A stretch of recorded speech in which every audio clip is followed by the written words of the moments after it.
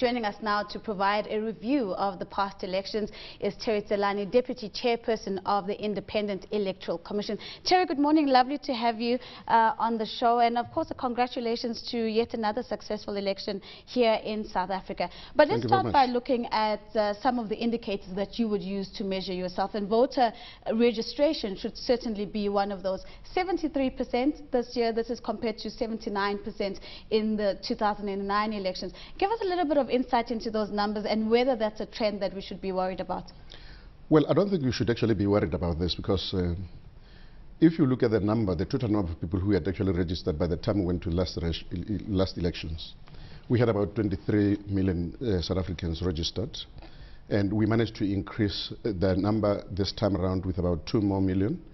So we had, going into this election, 25.4 million people registered. So yes, 79, you would think that moving from 79 to 73, it's actually a decline, but in real terms, it is not really such a big decline. Terry, looking at whose responsibility it is to register voters, I mean, you can't make people vote, although in Australia they try to. Voting is compulsory in Australia. But do you see, is it your responsibility to register people in the sense of encouraging them to register, or are you merely the mechanism? So in other words, is it like a political imperative to get people to register, say government or the political parties must do that, or do you see it as your job to raise the registration level? I think it's a joint responsibility. It's a joint responsibility between ourselves as the Electoral Commission together with the political parties. We always emphasize this when we're having conversations with the political parties, that they've got to inspire people to be able to go to register. Because at the end of the day, people who will be voting for the political parties are those people who are registered. If you are not registered, you will not actually be able to vote. So it is their responsibility. But it is our responsibility as well, because our responsibility is to make sure that we've got a voters' roll that is credible. And the only way that we can be able to have a voters' roll that is credible is by ensuring that we have people in that voters' roll, and those people are registered where they are ordinarily resident. Terry, the IEC pulled out all the stops in this election when it comes to trying to entice young people, and in particular the born-frees, to come to the voting polls. We saw a massive social media campaign that we'd never seen before. We saw celebrities stepping up to the platform on the back of the IEC. Once the election has now taken place, do you feel that you've got the traction that you intended to have with all the investment that you made into getting young people to the polls? Look, I mean, it was a good start. It was a good start, but I think there's still a lot of work that needs to go into this. I think social media has basically transformed the way elections are run, and I think it's going to be important for us to take stock of what has actually happened during this past elections going forward, to make sure that we are able to respond as quickly as possible. I think even though we are very, very strong in the area of social media, as well as in terms of getting applications out there that people could use for these elections, there is a lot of improvement that we can put into this. And I think going forward we're going to be doing this. But I think also it's in relation to media. I think media as well has got a responsibility in relation to having to respond to the social media, because you find a situation where your mainstream media was completely confused in terms of its role. They were taking things that are on social media, particularly on Twitter, as though they are fact. There was no investigation, and therefore those rumors that are actually put on social media were put as though they are fact. Well, but that's an interesting one, and we're seeing it with the Oscar Pistorius trial as well. Precisely. Discussion of how the court is influencing social media, and the social media is influencing witnesses, and you get all these stories going around that haven't been verified. And for us, the media, you know, you can't just report things that are out there. But there were reports, and I heard people phoning into radio stations on the day, and that there was Alexandra Township, a near riot, or an actual riot, protests about apparently ballot boxes being found full of papers. What incidents were true, and what were the most serious ones that you experienced? Let me deal with that incident of Alexandra, because I think there's a major misunderstanding of what actually happened. When people vote, the voting station is turned into after voting, it is turned into a counting station. So the ballot papers do not leave the area where voting has actually taken place.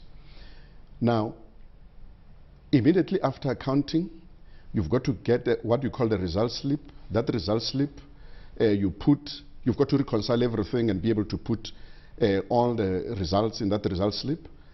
One result slip you've got to take to the municipality, one you've got to put into a ballot box with the ballot papers. And then you take that information to a warehouse for storage.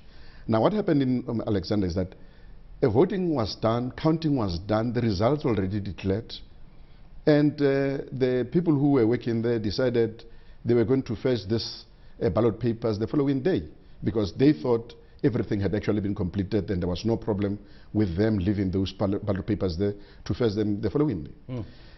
We've got the result slips indicating that results are accounted for all the voting stations.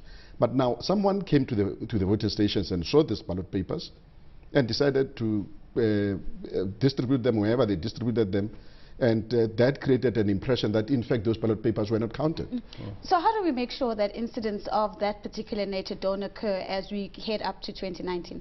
We're definitely going to have to increase our training programs and to intensify it, to make sure that we do not have those kind of problems. But I think it is important as well that we take stock in terms of who actually left their ballot papers in their stations, such as those in Alexander.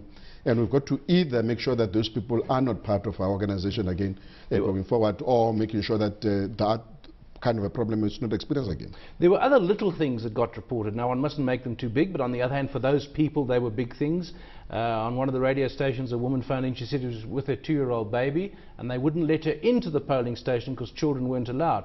Then we heard someone phone from another one saying, no, the kids went in, but they just weren't allowed to actually go in the classroom. And she asked someone to hold the baby, so it was okay. So I'm mentioning that example as a way of saying you've got thousands of people around the country.